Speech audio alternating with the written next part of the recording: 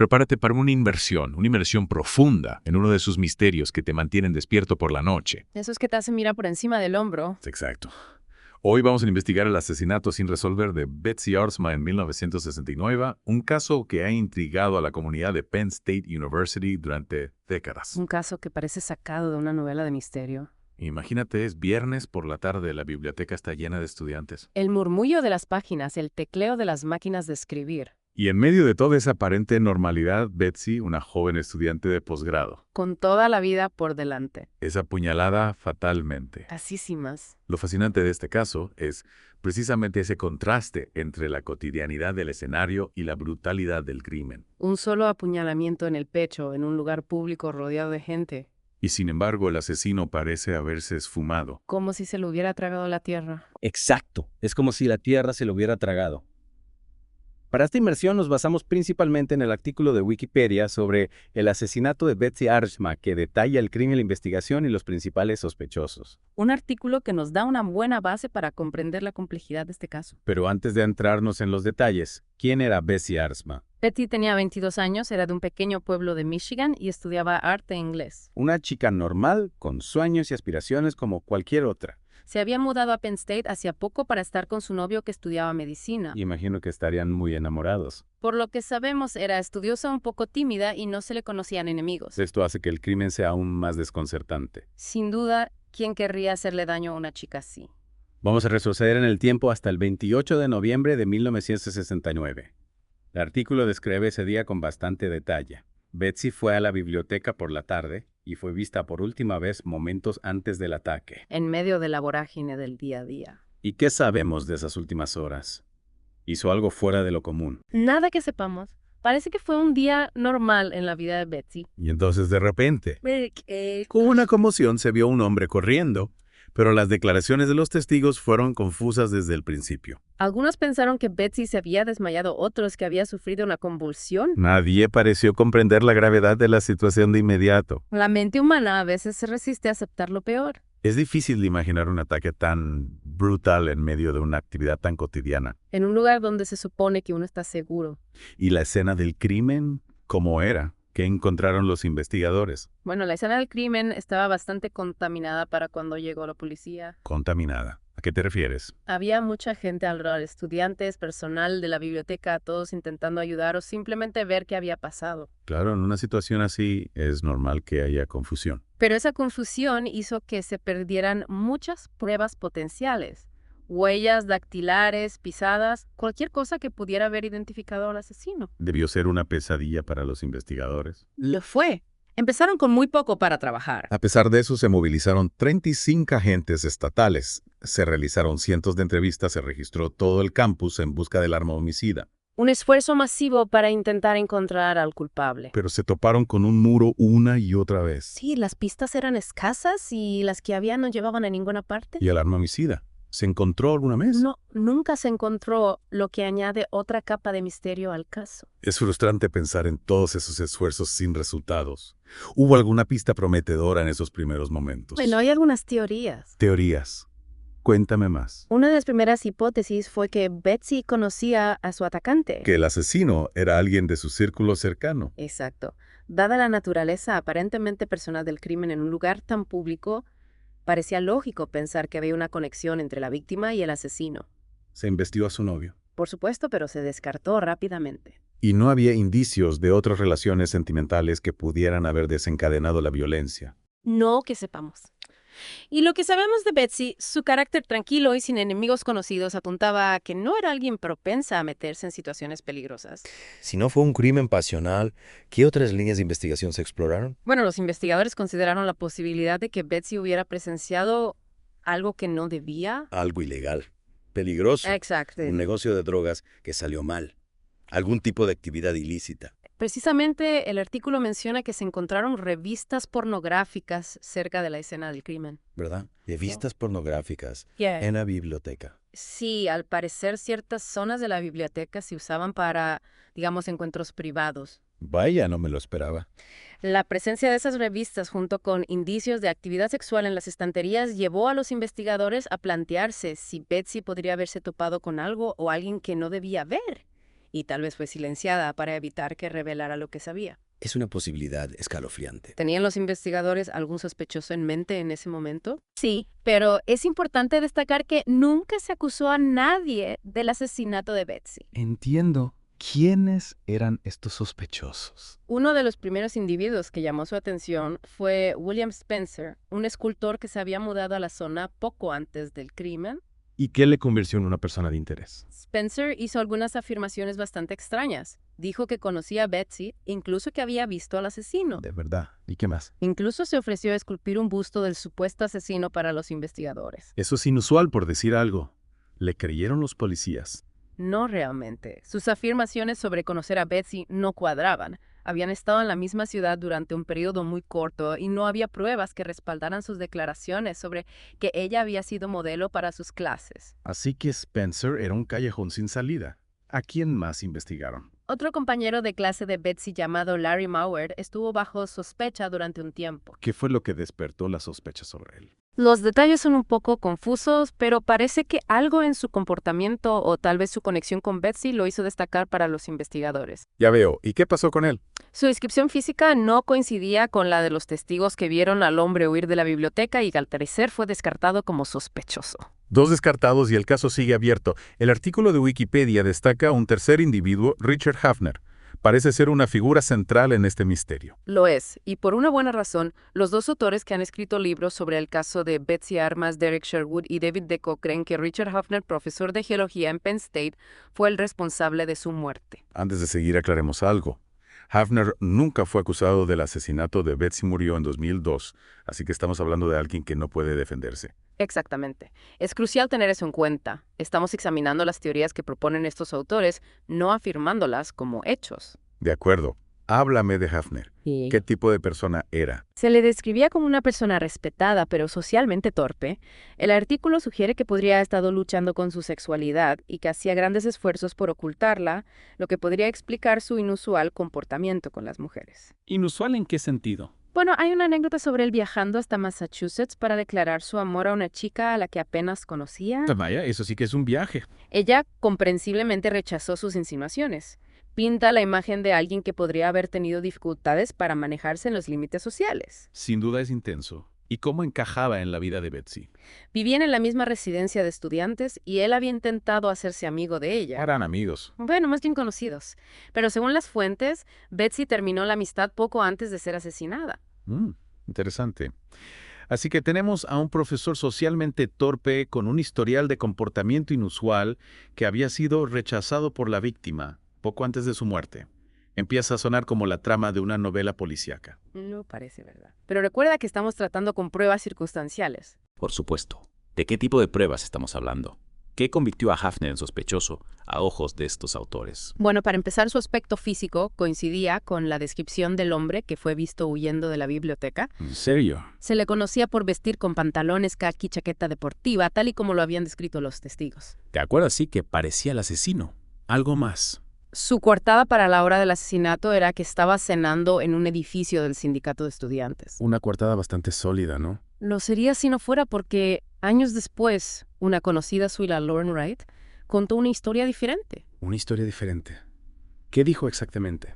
Afirmó que Hafner se había presentado en su casa poco después del asesinato en estado de pánico diciendo: «¿Te has enterado? Han asesinado a una chica con la que salía en la biblioteca». Vaya, eso contradice directamente su coartada inicial, ¿no? Sin duda. Y hay más. ¿Recuerdas que el retrato robot inicial, basado en las descripciones de los testigos, nunca se publicó? No lo recordaba. Pues resulta que ese retrato se parece mucho a Hafner. Estás de broma. ¿Por qué no lo habrían publicado si coincidía con un posible sospechoso? Esa es una pregunta para los investigadores y por desgracia los archivos del caso siguen sellados. Sellados. ¿Por qué? Es un misterio más en este caso. ¿Y qué dicen los autores sobre este retrato robot? Sugieren que la conexión de Hafner con la universidad, sus antecedentes aparentemente limpios en ese momento, y quizás otros factores podrían haber llevado a que se le tratara de forma diferente a otros posibles sospechosos. Esto es cada vez más intrigante. ¿Qué más apunta Hafner como posible sospechoso? Bueno, su comportamiento después del asesinato fue considerado sospechoso por algunos. cambió drásticamente sus hábitos de estudio, evitando la biblioteca por completo y pasando la mayor parte del tiempo estudiando fuera del campus. Casi como si estuviera evitando la escena de crimen. Exactamente. Y luego está el asunto de las acusaciones de abuso sexual infantil que surgieron contra él en 1975. Un momento.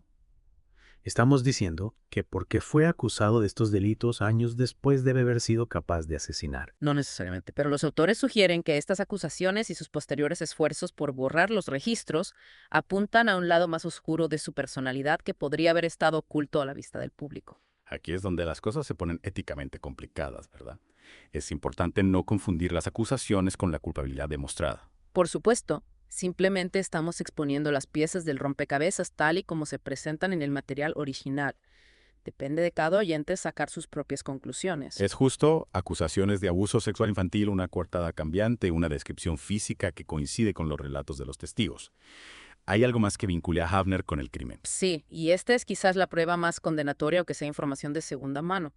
En 2009, el sobrino de Hafner se puso en contacto con el autor Derek Sherwood con una historia inquietante. De acuerdo, estoy en ascuas. ¿Qué dijo el sobrino? Afirmó haber escuchado una acalorada discusión entre Hafner y su madre en 1975, poco después de que salieran a la luz las acusaciones de abuso. Una discusión sobre las acusaciones supuso. Sí, pero fue mucho más allá.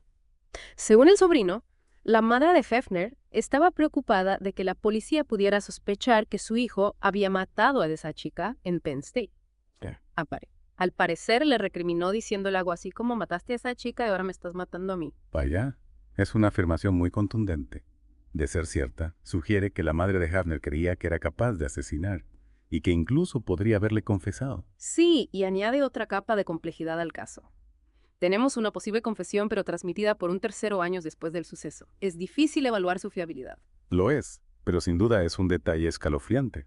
Retomamos la inversión en el caso de Betsy Ertzma. Es fascinante cómo este caso, incluso después de décadas, sigue planteando más preguntas que respuestas. Es como si cada vez que queremos acercarnos a la verdad surgieran nuevas dudas. Exactamente. Nos quedamos hablando de Richard Hafner y las pruebas circunstanciales que han llevado a algunos a creer que pudo ser el asesino de Betsy, pero si nunca fue acusado, ¿por qué se asocia tanto su nombre a este caso? Es una buena pregunta. ¿Qué le hace destacar entre los demás sospechosos? Bueno, como ya mencionamos, encaja con la descripción del hombre que se vio huir de la biblioteca, los pantalones, khaki, la chaqueta deportiva, la complexión, y luego está el tema de su coartada cambiante y su peculiar reacción a la noticia de la muerte de Betsy. Cierto, presentarse en casa de su amiga, en estado de pánico, afirmando haber salido con Betsy, no es precisamente lo que haría alguien inocente. No lo parece desde luego. Y recordemos también la historia del retrato robot que se parecía a él pero que nunca se publicó. Es un detalle muy extraño. ¿Por qué ocultarlo si apuntaba a un posible sospechoso? No hay una respuesta clara. Los archivos del caso siguen sellados, lo que solo añade más misterio a la historia.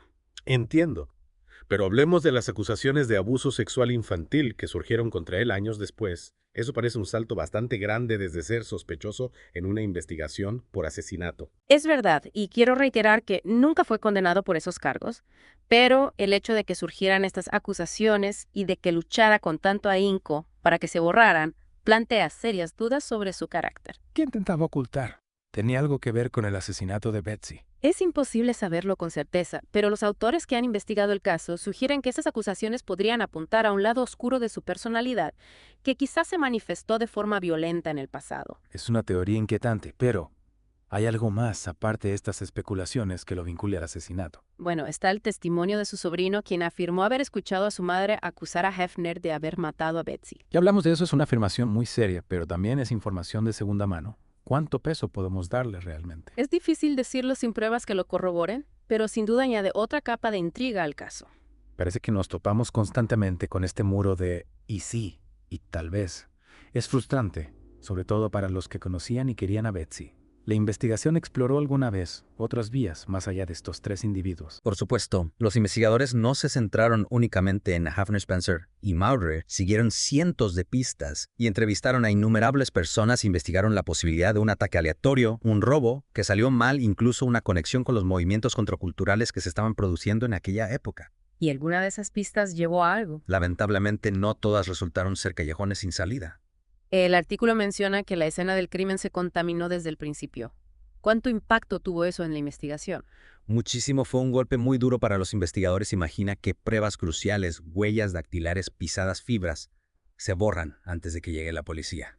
Es la peor pesadilla de un detective. Sin duda alguna, y en un caso como este, donde las pistas eran ya de por sí escasas, la contaminación de la escena del crimen fue un obstáculo enorme. Si tenemos una escena del crimen contaminada, falta de pruebas concretas y un montón de teorías sin confirmar, no es de extrañar que este caso se enfriara. Y a eso hay que añadirle el factor tiempo. Cuanto más tiempo pasa, más difícil es encontrar testigos fiables y pruebas concluyentes. Es como si el caso se hubiera desvanecido en la niebla del pasado. En cierto modo sí, y es una pena porque la tecnología forense ha avanzado mucho desde 1969. Imagina que este crimen hubiera ocurrido hoy, pruebas de ADN, cámaras de seguridad, técnicas avanzadas de toma de huellas dactilares. Seguramente se habría encontrado algo para identificar al asesino. Es muy probable que sí, pero por desgracia nos quedamos con la realidad de lo que ocurrió, o mejor dicho, de lo que no ocurrió en 1969. Es una idea que da que pensar, pero volviendo a la investigación, ¿qué ocurrió después del frenesí inicial de actividad? El caso volvió a cobrar impulso en algún momento. Hubo periodos de renovado interés, nuevas pistas exploradas, pero nunca surgió nada concreto, y lamentablemente los registros oficiales del caso siguen sellados. ¿Por qué? ¿No ayudaría la publicación de esos registros a arrojar luz sobre la investigación, quizás incluso a generar nuevas pistas? Es una buena pregunta. Hay mucha gente que cree que sí que la transparencia en este caso podría ayudar a resolverlo de una vez por todas. ¿Y cuáles son las razones para mantenerlos sellados? Hay varias teorías. Algunos dicen que es para proteger la privacidad de los implicados. Otros que es para evitar poner en peligro cualquier esfuerzo de investigación en curso, sea como sea. Es una decisión que ha generado mucha controversia. Claro, es como una puerta cerrada que nos impide acceder a la verdad completa. Exacto. Y para los familiares y amigos de Betsy, esa falta de acceso a la información es especialmente dolorosa. ¿Cómo se enfrentaron a esta tragedia sin resolver? Imagino que con una mezcla de dolor, frustración e impotencia, el novio de Betsy, David Wright, quedó destrozado por su muerte.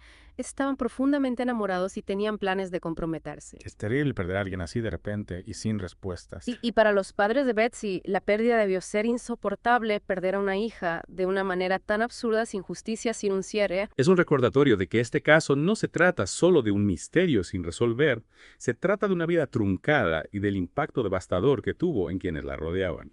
Tienes razón. Y ese impacto se extendió más allá del círculo inmediato de Betsy. El asesinato tuvo un profundo impacto en la comunidad de Penn State. ¿De qué manera?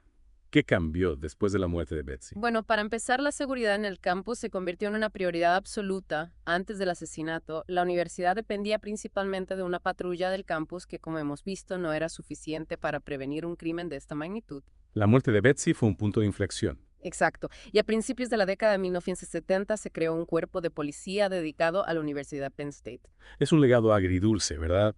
La vida de una joven truncada, trágicamente lo que lleva a mejoras en la seguridad del campus, que con suerte evitaron que se produjeran otras tragedias. Es una de las muchas ironías de este caso, que la muerte de Betsy sirviera para proteger a otros estudiantes de un destino similar. Pero eso no borra el dolor de la pérdida ni las preguntas persistentes que siguen sin respuesta, ¿verdad? No. Desde luego el caso de Betsy Aardsma sigue siendo un enigma, un recordatorio de que a veces la justicia no se alcanza y de que la verdad puede ser esquiva. Volvemos a la inmersión. En el caso de Betsy Aardsma, un caso que nos ha llevado a través de décadas de misterio y especulación. Un caso que nos recuerda lo frágil que puede ser la memoria y lo difícil que es reconstruir el pasado. Y que a veces la verdad se nos escapa entre los dedos por mucho que intentemos atraparla. Exacto. En el caso de Betsy Aardsma hay tantos factores que dificultan la búsqueda de la verdad. Y la escena del crimen contaminada, la falta de tecnología forense avanzada en aquel momento, las declaraciones contradictorias de los testigos. Todo eso crea una especie de niebla que nos impide ver con claridad lo que realmente ocurrió. Y a pesar de los esfuerzos de los investigadores y de los autores que han escrito sobre el caso, seguimos sin tener una respuesta definitiva a la pregunta más importante: ¿quién mató a Betsy Aardsma? Y esa falta de respuesta es lo que hace que este caso sea tan fascinante y tan frustrante al mismo tiempo. Porque despierta en nosotros esa necesidad humana de encontrar un sentido a lo inexplicable, de buscar justicia para la víctima y de cerrar de alguna manera ese capítulo tan trágico. Pero a veces la vida no nos da esas respuestas fáciles y nos deja con más preguntas que al principio. Y en esos casos creo que lo importante es no olvidar, no dejar que el paso del tiempo borre la memoria de la víctima y seguir buscando la verdad aunque parezca inalcanzable. Porque al final el acto de recordar, de investigar, de mantener viva la llama de la justicia es una forma de honrar la memoria de aquellos que ya no están con nosotros. Y eso es algo que no debemos olvidar nunca, especialmente en casos como el de Betsy Aardsma, que nos recuerdan lo vulnerable que somos todos y lo importante que es luchar por la verdad y la justicia sin importar cuánto tiempo pase. Gracias por acompañarnos en esta inmersión profunda en el caso de Betsy Artsma, un caso que sigue sin resolverse, pero que nos invita a reflexionar sobre la naturaleza de la memoria, la importancia de la justicia y la fragilidad de la vida. Esperamos que esta inmersión les haya dado que pensar y que les haya animado a seguir explorando y otros casos que nos recuerdan que a veces las respuestas más importantes son las que más se resisten a ser encontradas. Hasta la próxima.